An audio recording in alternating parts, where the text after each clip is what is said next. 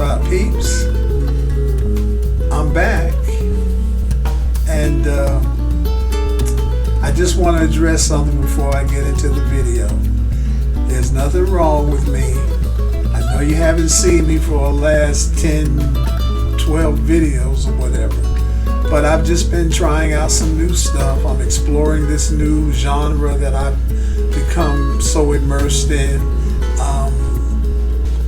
Even though I'm familiar with, technology, I'm not familiar with YouTube channels, so I'm trying out different things to see what works, see what doesn't work.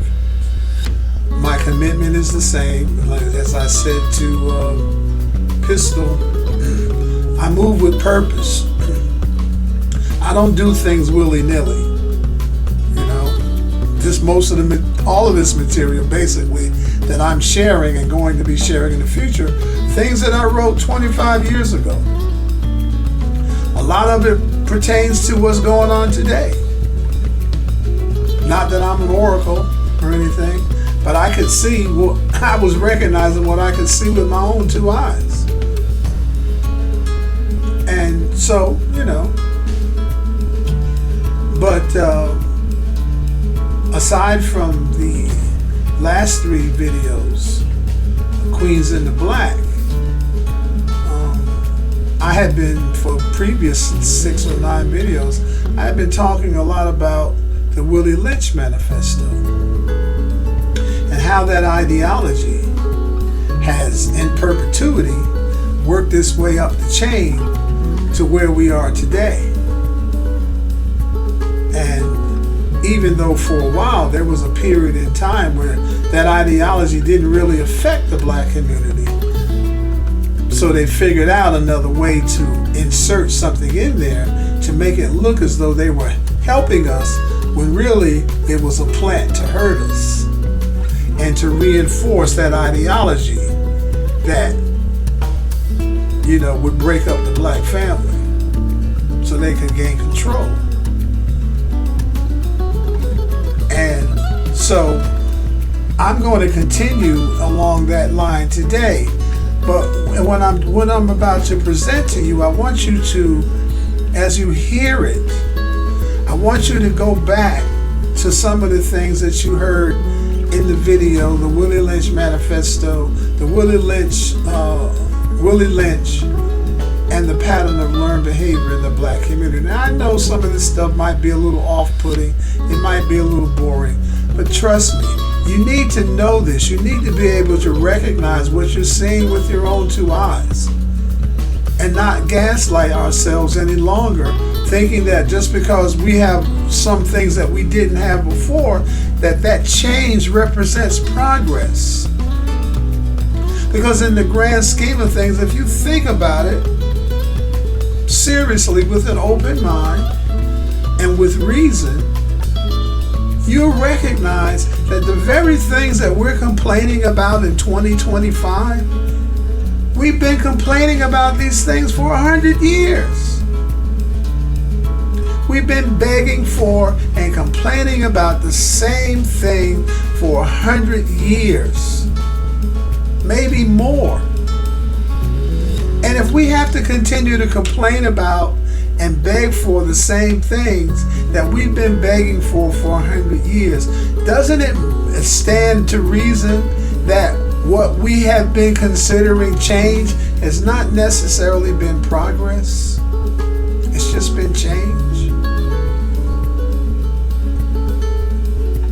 If you're riding down the road with a flat tire, just because you go 20 miles doesn't fix the tire. You still have a flat tire, you're just in a different spot on the road. We have to stop gaslighting ourselves, black folks, especially now. And I get it. The things that are being implemented in this world, in this country right now, we're accustomed to because we've been going through it. But we can't allow ourselves to make it worse by continuing with the same mindset that we've been operating in for the last 65, 70 years.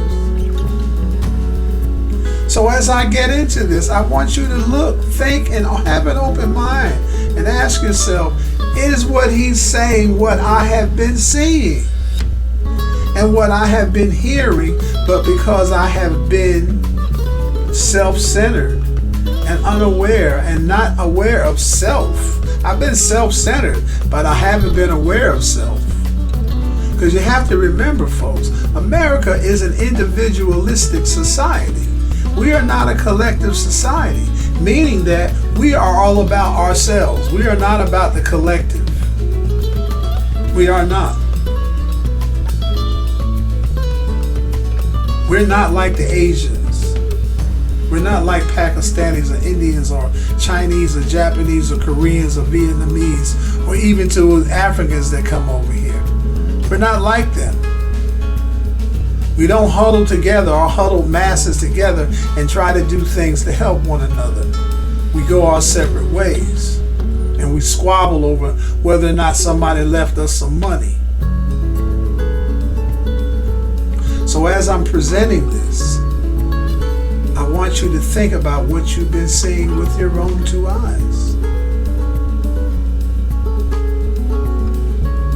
So, with that said, welcome back to the J-Spot peeps.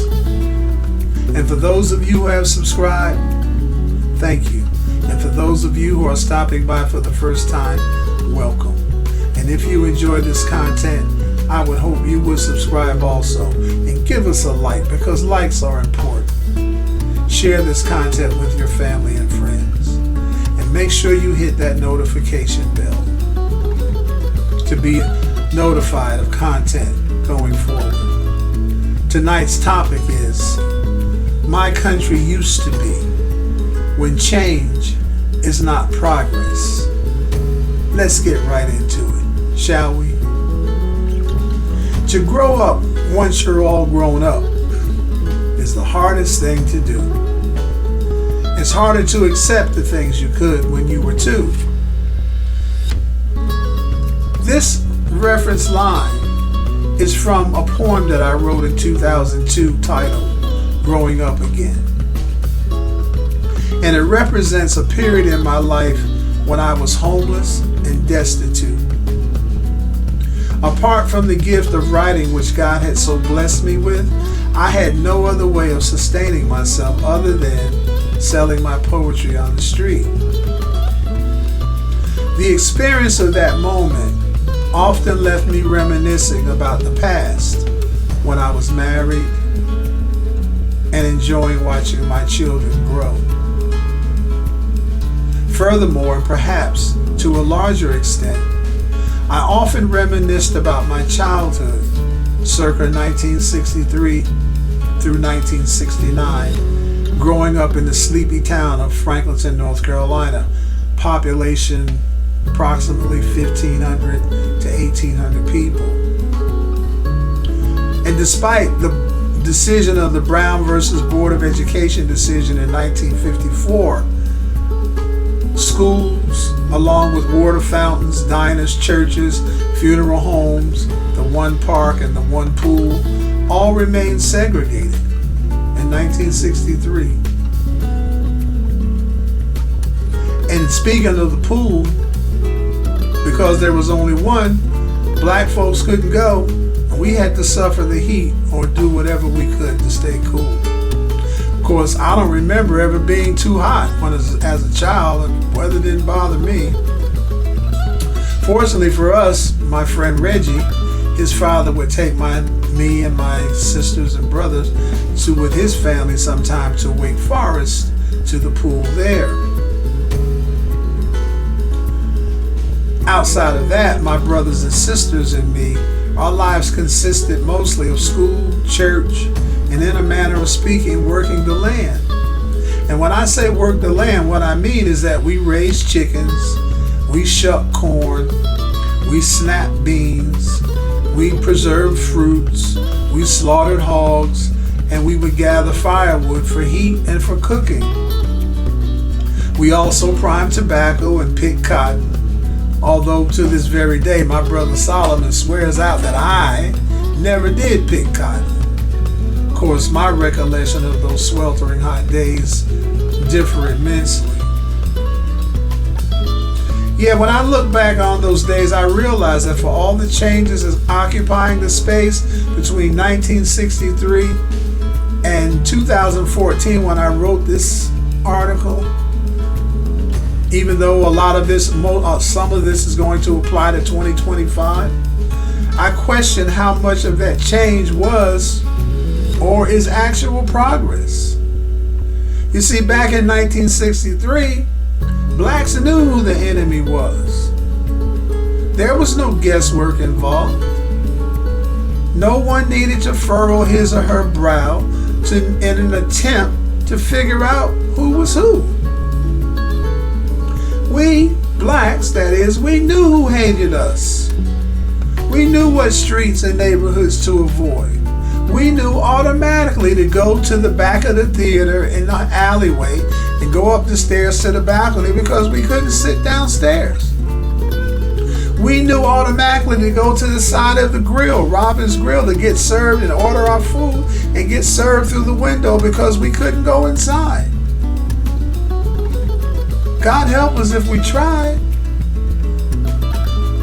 Furthermore, it would not have been surprising to us to hear our Senator Jesse Helms, Republican from North Carolina, or Alabama's Republican Governor George Wallace, to utter the N-word. Even though we never heard him do it publicly, we wouldn't have been surprised if they had.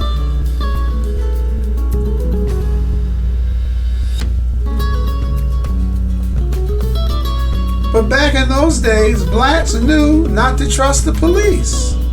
Although in all fairness, that has not changed either. Hell, if anything has changed, it's that we understand now that law enforcement's attitude towards blacks was not limited to Jim Crow South. And that back then existed, as I'm sure it does now, one or two genuinely, invested police officers who believed in protecting the entire community, the entire town, and not just the community in which they live. For us, that police officer was Police Chief Leo Edwards. Chief Edwards enjoyed a somewhat informal relationship, as informal relationships went in those days, with the woman who raised us, my siblings and myself, Martha Ella Perry, or as he would say, Martha. To us and all other neighborhood children, she was simply Miss Marthella. We took the A off the Martha and inserted the Ella there, this Marthella, Miss Marthella. Everyone loved her, and I have no doubt that her sterling reputation and her godly character fed us on many nights. But alas, along came change in the guise of progress, and well, things changed. But did they? Or have they changed? And in spite of their long-winded resistance, white folks in Franklinton finally came to grips with reality and integrated schools in 1970. 16 years after Brown versus Board. Now let me ask you something. Just popped into my head. Something I've asked years ago.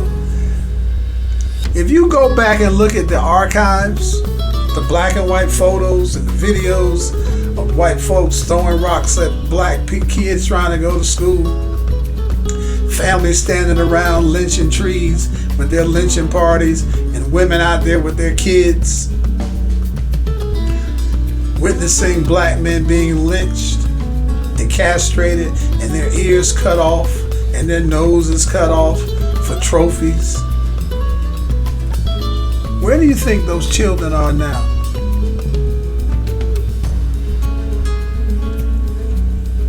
Those 6, 7, 8, 9, 10-year-old kids. Where do you think they are now? They're running the damn country. They're running they're CEOs of boards and corporations. They're teachers. They're principals. They're judges. They're lawyers. They're bankers. You think they all had some revolutionary epiphany and now all of a sudden they love black folks? No. They still harbor those same daggone that ideology that their parents taught them at the table. They just don't say it out loud. Like Hannibal Lecter said, people don't always tell you what they're thinking. They just see to it that you don't advance in life. And believe it or not, some of those people work in social service. I guarantee you some of them in Congress. Hell, one or two of them may have even been president. Or at least in the president's cabinet. Now, perhaps for some, change represented progress. But for others, change meant just that. Just change. Can we talk? Really? You see, for some, breaking down barriers to socialize with the enemy made no sense at all. There were those who recognized then that separate and unequal mattered only if you wanted to be like somebody else. You're chasing someone else's life. You remember in the first video I did about Willie Lynch? It might have been the second one, but when he said, if you put a slave in a hog pen and leave him there, the only thing you'll ever have to worry about is him asking you for tools to clean that hog pen, and then sometimes he may not even ask you for that. You never have to be worried about him again. But if you introduce him to a different type of language, and he begins to recognize that a steak is better than a hot dog, it's not what he said, but that's big. I'm using that for comparative reasons. If he realizes that your fireplace in your living room, sleeping on the floor in front of your fireplace in your living room, is better than sleeping in a pile of crap, feces, in a hog pen, guess what he's going to want to do? He's going to want to be like you. He's going to be in your house. That's what he said. He's going to be in your house. And why do you think white folks are so mad at us now? Because we got that fireplace.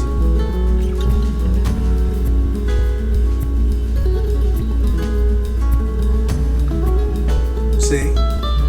Many adults in the black community believe the negative portion of the picture should have been the focus of our attention. What are the disadvantages of being like them? What's the disadvantage of assimilating to their lifestyle? What's the disadvantage? However, instead of focusing on the disadvantages, passion and not reason persuaded and prevailed. Passion. How many times have you ever heard people say, never make a decision based on your emotions? It never works out. If we were to compare achievements, whether educational or professionally, sports notwithstanding, among blacks in the 60s versus present day America, we would find that many of the problems cited in the 1965 report by then Assistant Secretary to the Department of Labor, the late Senator Daniel Patrick Moynihan, those problems remain and in many cases have worsened. Now,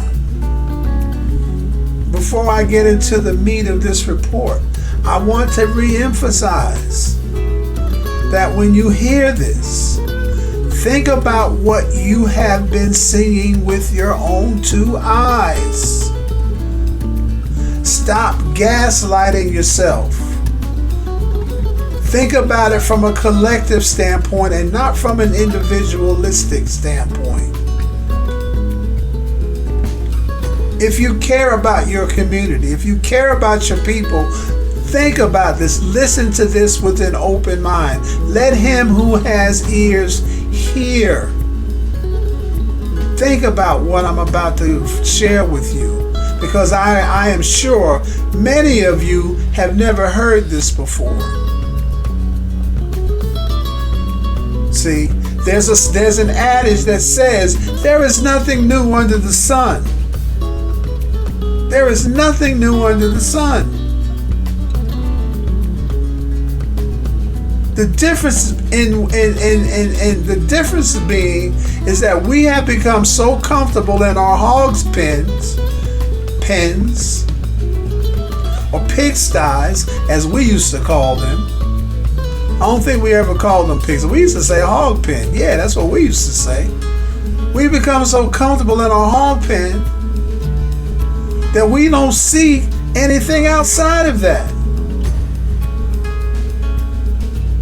We have become so assimilated to the culture of another people that we have forgotten who we are. We have forgotten who we are and what made us such a threat. We're not a threat anymore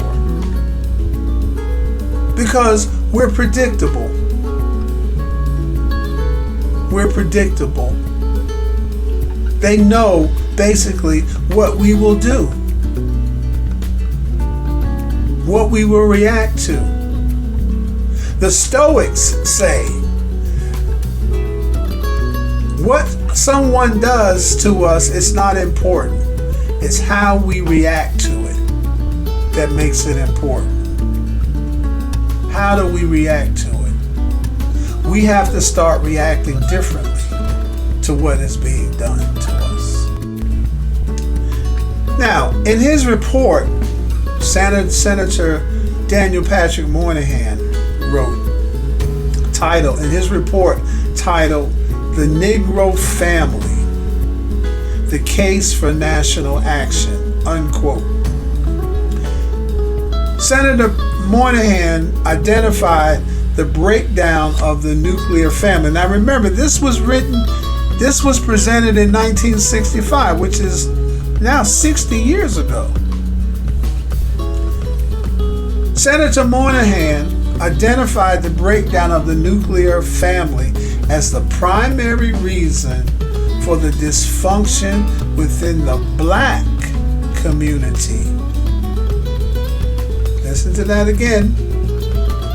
In his report, The Negro Family, quote, "The Negro Family, the Case for National Action," unquote, Senator Moynihan identified the breakdown of the nuclear family as the primary reason for the dysfunction within the black community.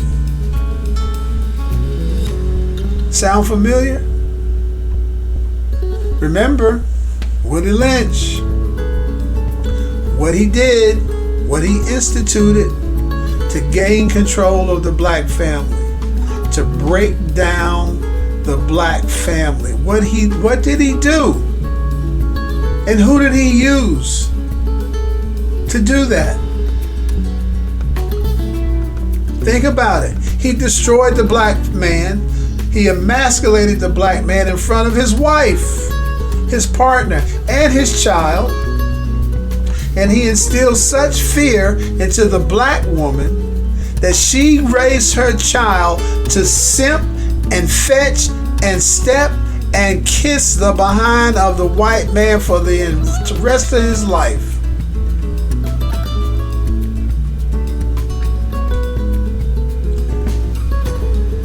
In 1965, Senator Moynihan said the breakdown of the nuclear family is the primary reason for the dysfunction within the black community.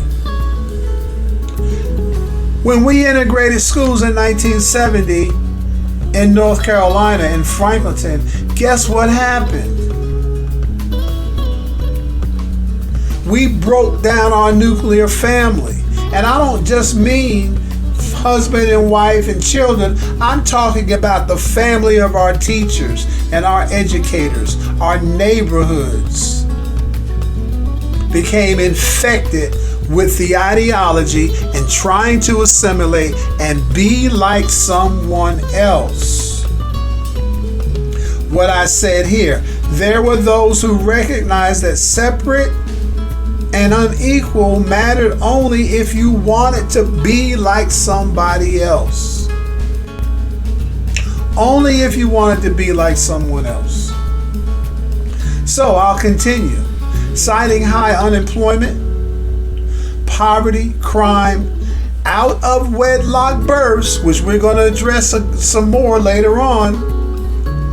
And I addressed it a couple of videos ago with Juliette Malveaux when she was talking about head of households of black women raising single mothers raising children.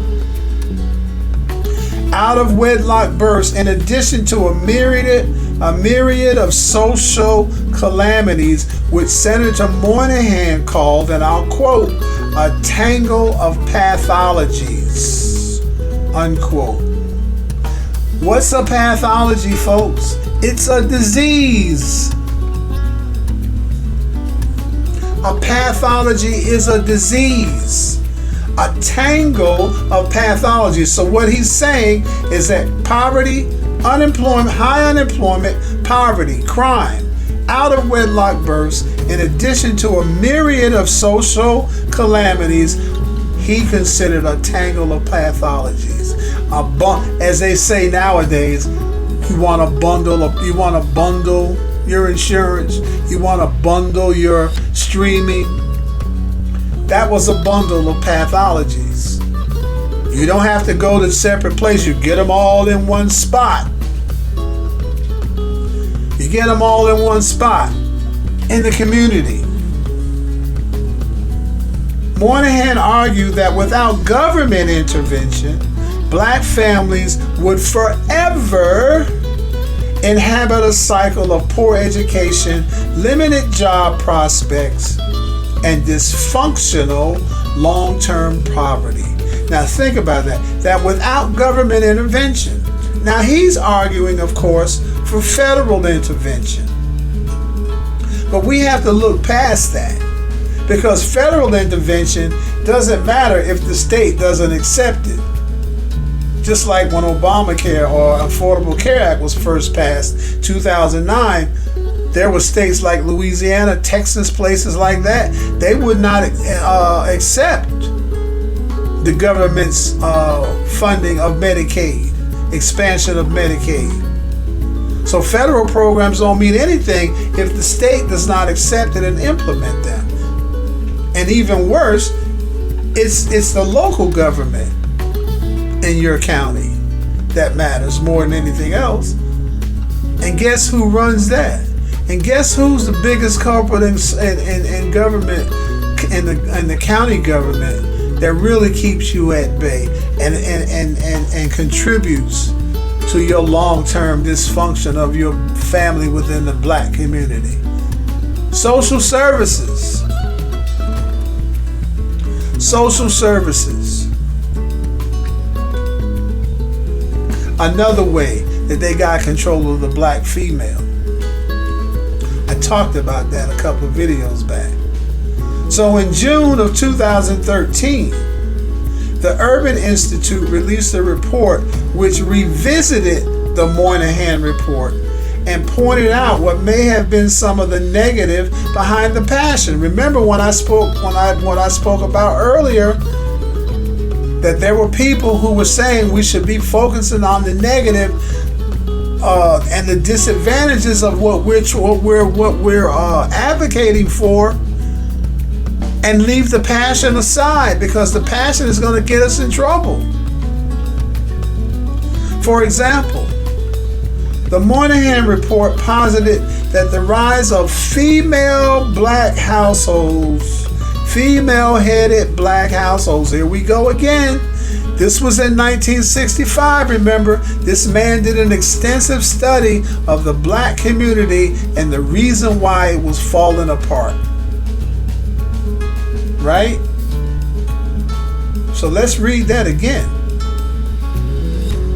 And remember what you're seeing with your own two eyes.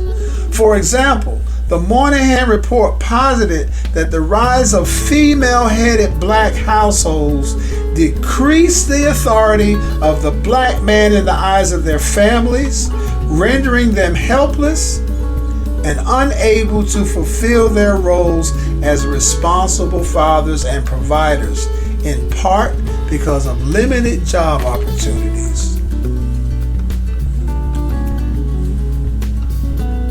Huh? Hello? Can you say Willie Lynch? Can you say social services?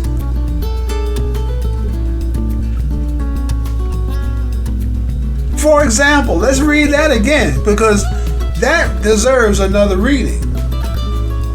The Moynihan Report posited that the rise of female-headed black households decreased the authority of the black man in the eyes of their families, rendering them helpless and unable to fulfill their roles as responsible fathers and providers, in part because of limited job opportunities. And we got black women around here nowadays talking about, I don't need no black man.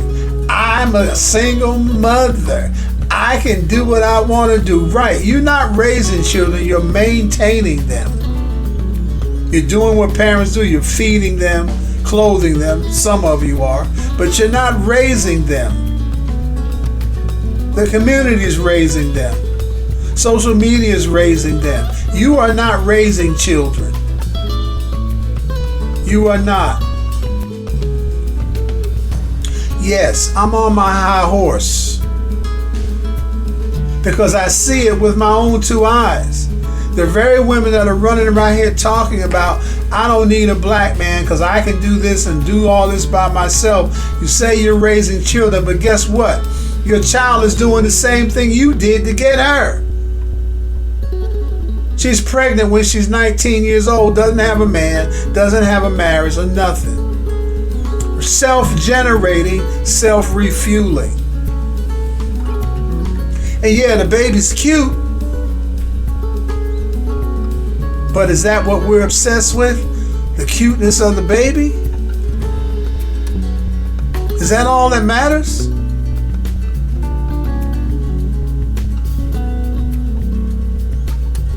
Anyone familiar with tradition within the black family would be hard-pressed to argue against the importance of the black man within the family unit, particularly concerning discipline in matters of behavior, socially and morally, as well as educational aspirations. According to Gregory Axe, director of the Urban Institute's Income and Benefits Policy and one of the authors of the Urban Institute report, African Americans have made substantial progress in high school graduation rates, college enrollment, income and home ownership rates since the 1960s. However, vast disparities still remain in comparison to whites on a multitude of social measures. Now here is where we get into some curated data. Facts established by the Urban Institute report. Now keep in mind, I wrote this 11 years ago. Can you imagine what these numbers are now?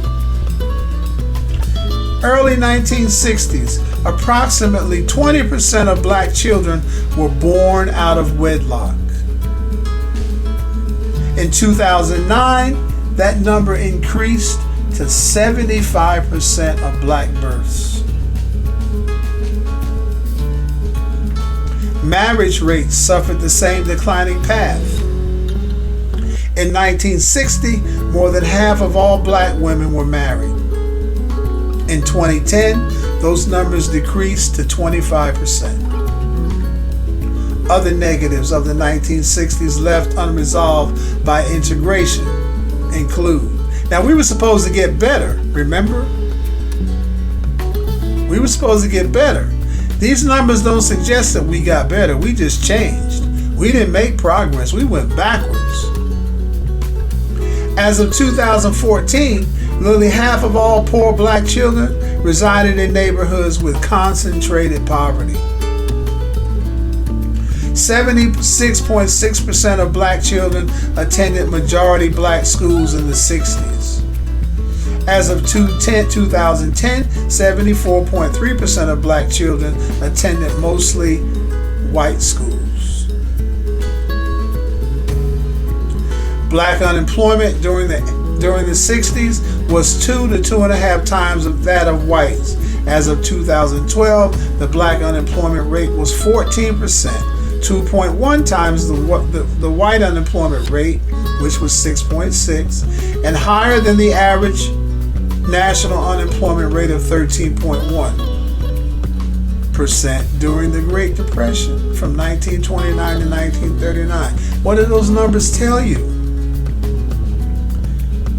Change doesn't always mean progress. Sometimes change just means they're making you look at something so you won't really see what's going on. And because you become so comfortable where you are, when you do see something, you don't recognize it. You recognize it for what it is, but because you're comfortable, you don't want to move. You don't want to upset the apple cart. So then, given these facts, we must ask ourselves what really has changed. Sure, we had a black president, but we also have politicians willing to say things publicly that even the most fervent racist politicians in the 60s would not say in public. Blacks are having a harder time deciphering the enemy in present-day America, partly because we have become our own worst enemy, the result of over-assimilation.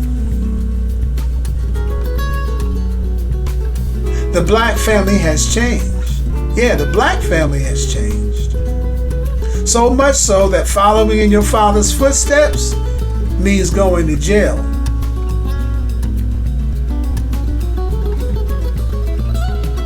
Educational achievements relating to magnitude of degree or number of degrees obtained individually may have increased, but collectively as a people, those numbers are shameful. Yeah, there are more of us getting degrees, but there are more of us who don't.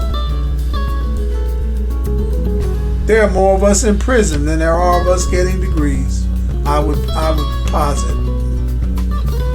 When I was 6, I accepted the things as they were.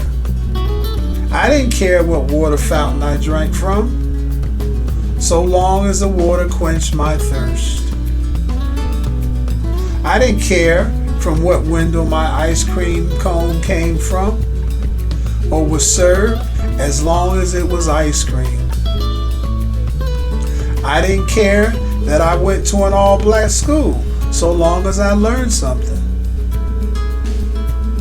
I didn't care if my mother felt liberated the way like white women, or whether my father felt equal to a white man, as long as they were at home and there for me. Progress indicates moving forward in a positive manner, that situations have changed. I dare say the evidence points to anything positive as it relates to what blacks clamored for in the 60s.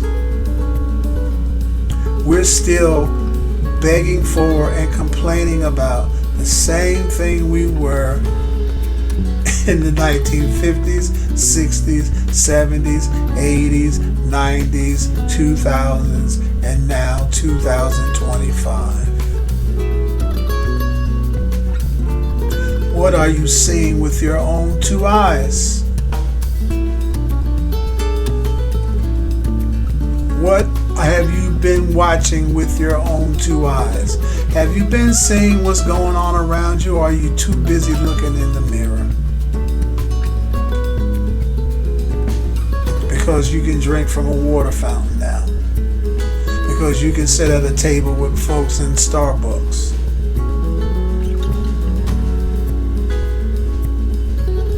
Because you got a degree. And because social services has given you a financial option in case it doesn't work out with your man. Like he said, intervention of the government. Without the intervention of the government, black folks would be wallowing in squander for perpetuity. But what you don't understand is that the intervention of the government was just a plant. It was just a plant. Social services is not on your side. And neither are the people that are telling you you don't need a black man. And giving you this grand these delusions of grandeur that if you have one, he's got to look a certain way and be a certain way. We can't do what they do and expect our communities to thrive. When's the last time you heard a black man do something and the first thing they say on the media is that he obviously has a mental issue? When's the last time you heard a black boy get up in court and tell the judge it was a prank that got out of hand and we was just only trying to have some fun? When's the last time you heard a white woman tell a white man she don't need him and that she won't marry him if he ain't 6 feet tall?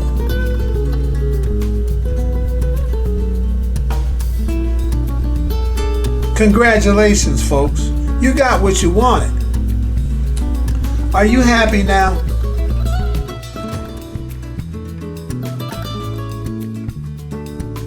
Thank you once again, J-Spot peeps, for spending some of your valuable time here with me in the J-Spot.